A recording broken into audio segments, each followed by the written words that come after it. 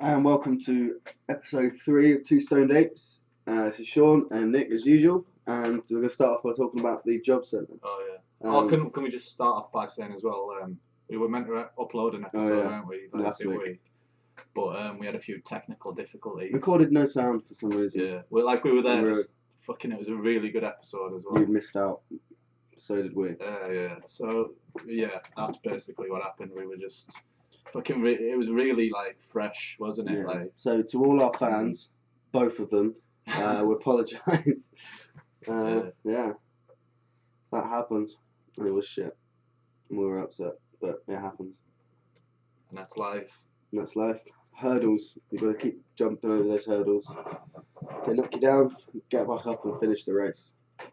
Right. So anyway, we're going to talk about a few things that we did talk about, but obviously the sound wasn't working. So we're relying on our memory. Yeah. So which is terrifying. Yeah. On Friday we went to the job centre, didn't we? Mm-hmm. Well, I went to the job centre. I had to go to the job centre, and because I've recently found myself out of work, unfortunately, so I've had to go to the job centre. And Nick, what was your impression of the? It made me feel ill. Yeah, you actually did get a headache when you went in. It was maybe just physically really ill. It was the whole clinical nature of it, and how you walk in there and there's 2 security guards, but there's nothing to steal on site. There's probably the only reason the logical reason for them being there is in case someone kicks off. Yeah. Why would someone kick off? It's because you've told them that they're 5 minutes late to their appointment and can't get their paycheck that buys their family food. Yeah, which obviously everyone... Which they're entitled to. I actually read something funny today. It was on Facebook, and there was this guy who was in their Stoke-on-Trent. Oh yeah. And he was actually 10 minutes late to go to the job centre and sign on, and they stopped his money. So basically, he's got no money for I think they give him a 3-month ban or something. Yeah, so he's got no money. What are you supposed to do? He can't feed Go himself. to crime. Yeah, for 3 months he's got nothing. So what he did, he went to the local. Went home, got a bin bag, went to his local park, filled it all up with dog shit, went back to the job centre and just fucking emptied it all in the foyer. Dragged out. Yeah, he got arrested and prosecuted, but I thought it was pretty We need funny. to get a statue of that man. Yeah. Whoever's in charge of statues, that even makes any sense. Stoke-on-Trent legend. Yeah, we need a statue put up in Stoke of a man emptying a bin full of poo. Yeah, so on the floor of the job centre. That's what happened there. That's funny, man. Yeah. But still, you don't need security guards for that. Yeah, he wasn't violent to anyone. No. You just need a loyal and hard-working cleaning team. Oh, he had to actually pay for an industrial cleaner to come and clean the carpet. So, yeah. Ridiculous. So that ironically, the guy who put the shit on the floor probably would have accepted the job as cleaner. Yeah. That's ironic as well. Yeah, they actually did say to him, do you regret doing it? And he was like, no. Yeah. So, he's never going to get to get benefits ever, though, probably. Yeah, he's got a 3-month ban. Is it still just the 3 months? Yeah, so he didn't even lose out, really. It was worth him doing. He probably felt a lot better for it. Yeah. But the only thing is, he got a fine and he had to pay for the cleaner. So I think the cleaning was 60 odd quid to. They had to hire an industrial cleaner to come and sort it out. Crazy. Good effort. Yeah. Good effort. It was alright. Yeah, the thing that having security guards at a job centre is just ridiculous. It's just for intimidation purposes. Yeah, it's create the atmosphere of you're here on our terms. No, we're doing you a favour. Well, it's not really. It's supposed to be something our society is built to help people who are worse off, and it's to help the most disadvantaged and poorest people in society. Yeah. And it's just it's just intimidating. Man. You go in and there's 2 fucking big bald fucking basically they're just bouncers, aren't they? Yeah. They're dressed up like a screw, in prison. Walk around like that. Yeah. Even though they're not that big. Carpet carriers. Yeah. And they're just there to fucking intimidate people. Really, like Mm. if you get angry or like you're upset about anything, Yeah. you can't vent it. And it's also saying that you can do whatever you want to, and you got no say in it. We could decide that you're getting this much, or the government's turn around and say we're cutting benefits back even more, and you're going to get less, and you haven't got enough to live now. But if you try and turn it off. Oh. Hello? Back.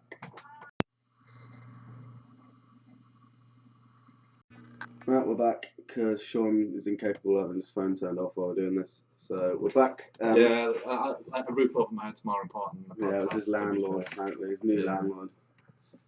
So he's using that. He's playing that card. Yeah, they're talking about the security guards at the job centre. We're going on and on about it for quite a while. So I'm gonna keep it a bit short. But yeah, I think they're just there to enforce the unfair rules, to create an atmosphere, and I think it just seems wrong to me that they're even there. I was in there the whole time I was in there. I was thinking in my head, I wish you didn't have a job. Like, not that person, but I wish that job didn't exist. Yeah. I wish there wasn't a need for you to do this. You could be doing something else, something you want to do with your life, not stood in a corner of a horrible little hallway of despair, like throwing out anyone who's unhappy about the shit situation they've been handed. Doesn't seem good to me. No, it's just pointless. Like you said, there's no need for them to be there. No. The only reason, like, and not just one, like two. Yeah. Yeah. There couldn't be more than there was like 10 or 15 people in that hall at any No, there was time. like me, you, and one other guy there, wasn't there? Yeah, and staff. And then the rest staff. So two security. And the amount of money that it would cost to pay 2 security guards every year. So it's probably about 22 grand a year job, something. So it's 44 grand a year per. Well, they'll have more than 2 security guards. It was just 2 on it. So say they have 5. That's about 100 grand a year per job centre. So there's one in every town. I mean, how much money the government are paying out just to have these enforcers? It's ridiculous. That amount of money could be going into creating jobs rather than policing people without them. Yeah, it's ridiculous. Yeah, it's unnecessary, ridiculous. Just job centre needs a big reform, I think. But I don't know much to deal with that. Like, just shows the mentality of like the place, doesn't it? Really, where they'd rather intimidate people than help them, more or less. Yeah. It's not the job centre. It's not to help you to get work. It's to fucking intimidate you into trying to get work. But at the same time, I believe there's not the jobs there. So yeah. Well, the economy needs people to be unemployed. Yeah. It needs people to be on benefits. So rather than getting everybody who's out of work and off benefits and into work, they're just got this subclass of people out of work, and they're just monitoring them, they're just policing them, keeping them perpetually in the place they're in, and all their family to come. It's quite depressing, really. Yeah. But yeah, enough of that subject because it's depressing. Talk about something fun like the multiverse theory. That's one thing we talked about in the Lost episode. Yeah, that was really good. It's brilliant.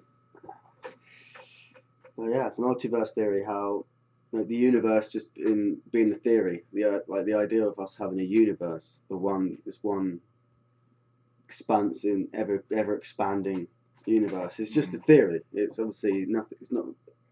I can't see how it'd be proven. I don't think there is a way to prove it. But no, it's whatever just is unanimously agreed on as the most sensible, logical, and yeah, the best idea, the best theory out there at the moment. It makes the most sense, fits in with all the studies and evidence found, and yeah. But the multiverse though is a really interesting one.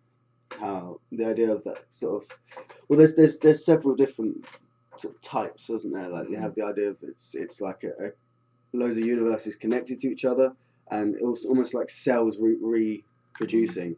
It's like you've got this one cell here, it reproduces into another one, and then you got this expansive patchwork quilt of cells. It'd be like that. This expanding universe is just spawning new universes constantly out. Or it could be you've got multiple universes all on top of each other, like the old school projectors you have in schools, where you have the coloured sheets of plastic with the text on. You just put loads of them on top of each other, and it's about you perceiving different light spectrums. Would you be perceiving different universes? That's an interesting one. But you have the power to, like, the destiny is still in your hands. It's not like Yeah. It's not like definitely. it's all predetermined and like every eventuality could happen and has happened. Well, yeah. All at the same time, but you can like kind of yourself. You've got the destiny to change your Consciously destiny. decide, yeah, and that's interesting that you said that as well, because that leads to the next idea of it, is that every event that has happened, ever will happen, or is happening, is all going on at once.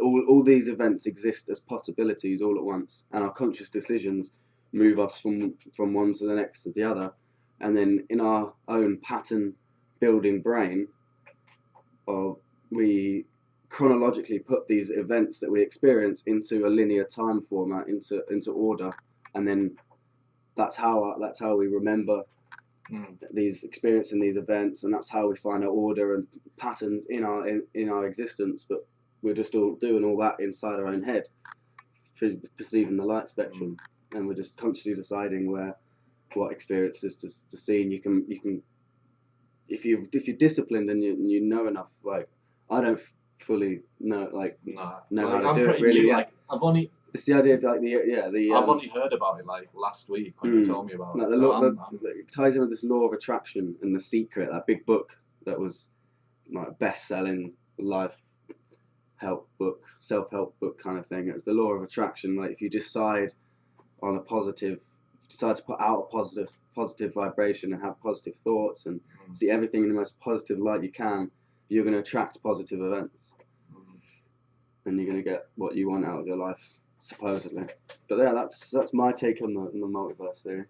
Yeah, I'm pretty new. I don't know enough about it, but what I do know about it is that it's fucking it's not something that can be proven, but I think it's very plausible. I think they're all plausible, because it's such an incomprehensible concept. Yeah, like everything's incomprehensible. It's literally the bigger picture. It's like the biggest picture you can sort of go to. It's the idea of the concept of everything. What is everything, and how is everything, and where is it? It's like what you said. Like, once you start thinking about these things, things become insignificant. Yeah. Like, if someone likes you, or like if you've had a bad day at work, or it all just gets put into perspective. Someone stitched you up at work, or your boss has given you shit, or everything just becomes into perspective. You're not as and I don't know if that's a good thing if you go too far down that road, because then you stop caring about everything. Yeah, it's all, you got to have a balance. Because although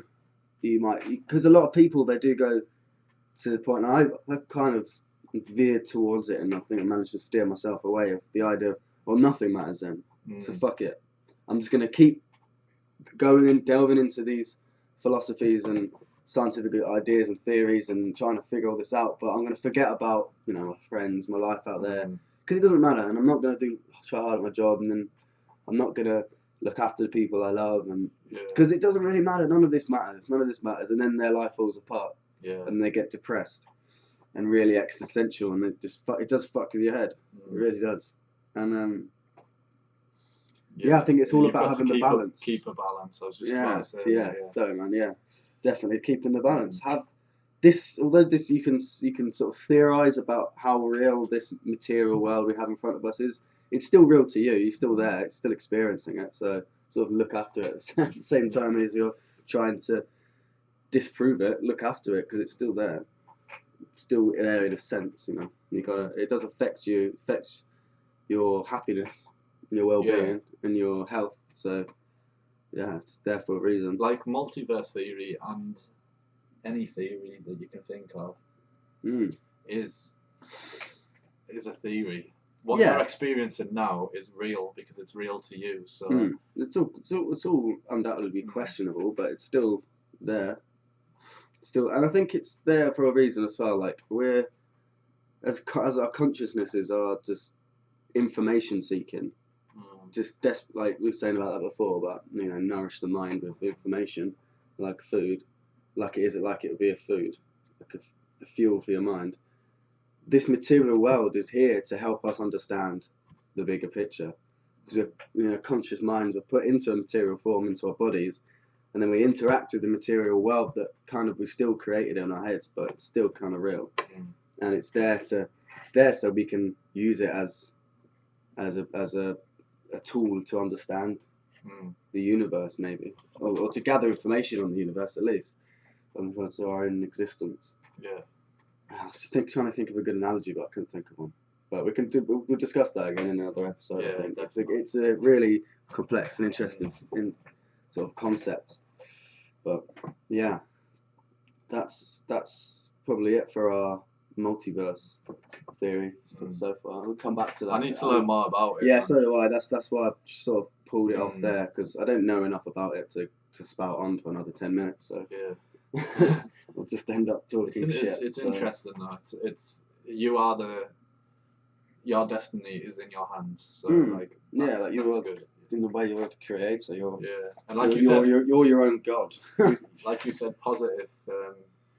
a positive mind attracts positive things. Yeah. I think so. You're your own god. Yeah, definitely. I think that's what I've been thinking a lot about gods and things, and the idea we always got to have some sort of father figure, haven't we? Oh God, give me a sign, because you don't feel you can do it yourself. You don't feel you can answer the questions yourself. Yeah. Or you can achieve the things you need. Like all these amazing athletes, or whatever area in life you excel at. People go, I have God on my side, or couldn't have done it without God, and it's helped spur them on. But really, the truth of it is they've done it. God hasn't done it. You've done it. Well, I don't know about God, because God could mean anything, but this idea of a God, a deity, hasn't done a fucking thing. You've done it. You've achieved everything.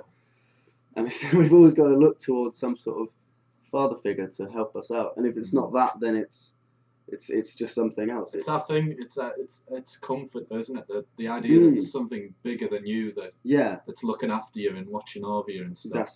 That's it. People want that comfort and that idea that when they die they're gonna go somewhere like nice and it's gonna be all fluffy clouds and they're gonna be in the kingdom of heaven and they're gonna see the loved ones again because they're all gonna be in heaven. It's a diffusion of responsibility as well. It's we've all got a responsibility to seek out answers to the questions that we all have, and all have these questions in our head. Why? Like every single child on this planet asks why we're here. Like it's just something we're born with, this fascination for our own lives and the information that is shrouded in. It's diffusion of responsibility that to then go, right, I'm passing that responsibility onto this deity that I believe in. I'm not going to worry about the material world. I'm not going to worry about anything out in front of me. I'm just going to go off to a monastery and just devote this life to something that I'm not even sure possibly exists, but it takes a lot of the work off my shoulders. The thing is, if you speak to these people that are like really religious, they have no fucking doubt in their mind. Yeah. They are convinced, like, because they know. It's all they know, isn't it? Yeah, and I kind of envy them in a way because they're like comfortable in that. They have that reassurance and like that everything's gonna be okay. And, they really fucking believe it. And it's like almost like an autistic child. I'm not relating any religious people to autism or anything like that, but I'm just using an analogy. Like you see an autistic child and he can't. This doesn't go for all autistic children, but certainly some they can't quite, articulate themselves in society quite well, and they you can't quite fathom how their mind works or where their worldview is or their concepts in their head is, but they seem happy. Yeah. Because they're in a different realm. Let them be happy. Everyone's different. Yeah. Their worries and troubles are different to that of someone that doesn't have autism. Yeah. I can't fathom the worldview of a Muslim because I've never been there. It's totally different to the way I see the world. But I shouldn't fight that. Let's just let it be. Go. Oh well, he's different to me. Cool. cool. And then there won't be all these. There won't be so much conflict. I mean, you do get the odd person who, I want everyone to believe what I believe, and I'll try and take over the world, but that doesn't happen very often, and it's quite easily squashed if everyone's on board and be like, just come chill, man. You have your bit over there where you can do whatever you want. Society's set up where that doesn't really get off the ground. Do you know what I mean? Like that one guy we saw on the Vice documentary that he was like in his university and he had like placards and he was like, oh, the You Deserve Rape guy. Like, so I was looking at that this morning. It's just it's like a freak show. Watching it. People like he's like the things he's saying are fucking disgusting, but he's that ridiculous that people just like, this guy's just fucking ridiculous. Yeah. Like nobody even like gives him the time. He's not hurting anybody because it's just that ridiculous. It's like a really, you know, like a tongue-in-cheek sketch almost, like a comedy sketch. It's like a parody. Yeah. It's like, what is, if you saw it just written down without the sort of, you know, some sketches, some comedy sketches or comedy bits, like if you saw them written down, they'd be horrific, so offensive. But because of the tone of voice and the atmosphere and how they say it, it becomes hilarious. Yeah, it's like that. You see everything written on paper, you go, this guy's a monster. And then you see him and you go, this guy's just fucking ridiculous. Yeah. You gotta love him, but you can't be like that, man. Well, you can be like that if you just, you know, I think you kept it to yourself and didn't try and change anyone else. But he's out on campuses with boards saying you deserve rape. And we're sat here saying, oh, it's not that offensive, it's just ridiculous. But what if you're a rape victim? Yeah, exactly. What if you know, just but that guy's obviously got his own issues. You see that? He's got his own issues, and he's obviously something's not freaking wired up right in his brain. He's just. I think a lot of it comes from sexual repression. It sends you fucking crazy if you don't so, bust one out every now and again. I think like have sex with someone. Yeah, even like do you know all the things that he's like saying that's sinful and. Like they're all the things he secretly desires. Yeah. He just fucking... One of the best ones. His best line for me was it was like, anal sex is a sin. Sex without marriage is a sin. And he went on for a little while and clearly ran out of ideas and just went, yoga pants are sin. Yeah. Yoga pants. He's clearly run out of ideas, but he just hates everything. Hates everything he isn't allowed to do because he's been so repressed. But wants to do. Yeah, and probably will do secretly at some point, but like he'll just be so ashamed of himself, he'll be fucking, like you said, probably like scrubbing himself in the shower and that. Like he's just fucking. That's why I think like a lot of social problems come from just the fact that the word "allowed" exists. Imagine it, like just the concept of being allowed to do some things and not allowed to do others is ridiculous. They're just experiences. They're just events that are occurring, and you're experiencing it and taking away life lessons and information from it. You're blocking human beings from seeking this vital, nutritious information.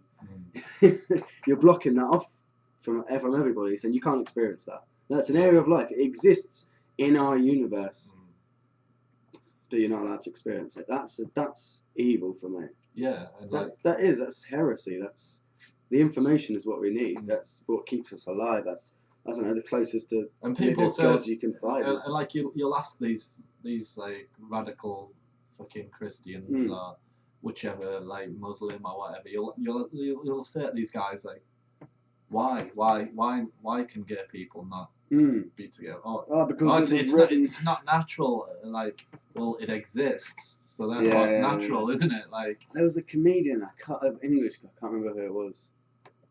Might have been Jack Whitehall or someone like him, and it was I can't remember his name. I know who he is though, but yeah. And one of his jokes was there's two gay guys kissing on a plane, and this homophobe behind him says, "You gotta stop kissing, And I was like, well, why have we gotta stop kissing? It's unnatural. And the one gay guy just turns around and went, sorry mate, you're flying. It's just because it just put it into a bit of perspective how ridiculous the whole idea is. Just any sort of prejudice. It exists in the universe. Therefore, it's an experience. It's natural. You can't differentiate. That's because that's been created in the mind of a human. It's not natural. Well, we're natural. Or even so it even is natural. even in a sense, planes are natural because Yeah. because like We've created them. we've created like, them, when a beaver builds a dam, that's natural. But when a human builds a house that's unnatural, what the hell does that work? Yeah. It's ridiculous. But yeah, you should be able to. If you wanna have sex with a man, do it. If you wanna have sex with a consenting woman, or you wanna do freaky things in a bedroom, and you both enjoy it, do it. If you wanna stick a light bulb up your ass, feel free. I wouldn't recommend that for safety reasons. But if that's what you wanna do, just fucking do it. How about it? Experience it and then learn from it. Just That's all you can do. be safe, kids. Be safe with those light bulbs. Put them in those holes in the ceiling, not your butt. Don't put it in your butt. No. But if you want to, you're allowed to, because it's allowed as a But just be aware that if concept. it shatters inside you like that fucking That jam jar guy. yeah. I never watched that. That freak. That's the old idea of that. That was fucking horrible. Like, No, I refuse to watch that. Anyway, less said about that, the better. I think. How long are we going for? Yeah. I think. Well, we're on 20 minutes. We'll have a little chat. I wanted to talk about Buddhism as well. We've already got. You've got to say that we've already done like 15 minutes. Haven't we? We don't want it to. Save it till next week. Because we know people never watch it right to the end anyway. Yeah. I wanted to talk about this Buddhism, about Buddhism, and I had a little idea, but we could say that till next week because we've been going for a while now. People get bored. No one's gonna watch that all the way to the end of it. No one's gonna watch it anyway. Yeah. True. Well, we are. So that's 2 viewers. Cool. That's good. Anyway, we'll call it a day there. Thank you for watching, and we'll be back in the next 7 days unless if things fuck up and we lose the sound. And if this doesn't record sound, I'm gonna cry. Yeah. Nick threw a hissy fit last time. I did. He threw the camera on the Lost phone. my shit. Shit got lost. Yeah. Anyway, thanks for watching, and we'll see you next time.